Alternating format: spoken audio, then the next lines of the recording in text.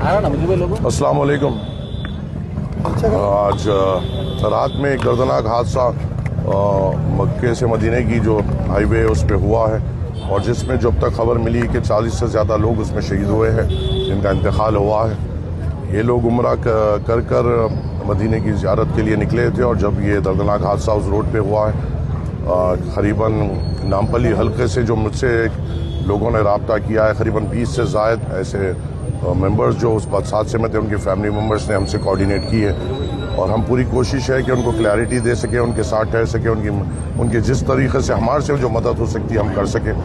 हमने हमारे तरफ से भी यहाँ से मुकामी लोगों को भेजा है, और वहाँ पे भी जो हमारे मुकामी लोग हमसे जुड़े हैं उनको वहाँ पर भेजा है, ताकि वो इंडियन एम्बेसी से कोऑर्डिनेट करते हुए और वहाँ के एडमिनिस्ट्रेशन से जो भी हो सके कोऑर्डिनेट करते हुए इन फैमिलीज़ की जिस किस्म से भी मदद हो सके हम करेंगे।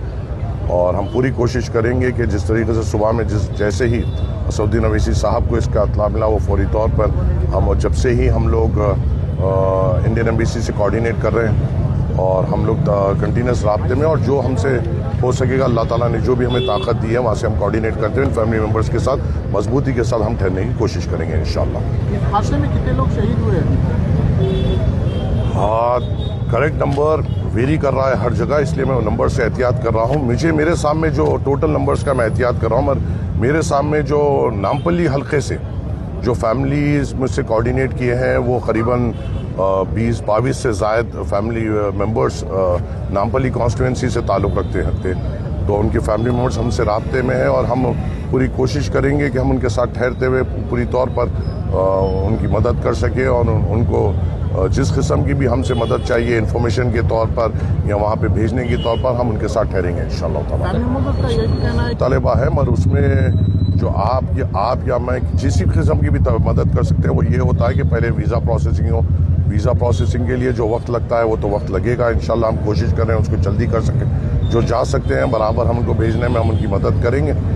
और ये भी बात हमें याद रखनी चाहिए, वो सऊदी अरेबिया है, वहाँ का इंतज़ामिया अलग होता है, वहाँ के रूल्स अलग होते हैं, वहाँ के तौर तरीक़ेकार अलग होते हैं। वहाँ पे आप जिस तरीके से हमें यहाँ पे फ्रीडम है, शायद उस तरीके से अगर हमारे लोग वहाँ पे जज्बात में जाते हैं तो खुदा न खास्ता ऐसा कोई नुमाइंदगी ना हो जिससे उनको भी नुकसान हो।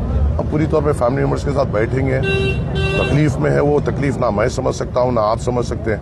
एक पूरी फैमिली का फौत हो जाना और वहाँ पे इंतकाल हो जाना, और जो लोग एक ऐसे काम के लिए गए थे अल्लाह के घर के दीदार के लिए, ज़ियारत के लिए, और रसूलुल्लाह सल्लल्लाहु अलैहि वसल्लम की ज़ियारत के लिए जो गए थे, और फौरी तौर पर ऐसा हादसे की न्यूज़ आना, तो ये फैमिलीज़ के लिए दर्दनाक है। और वो बहुत ज़्यादा फैमिली स्टेट ऑन शॉक है।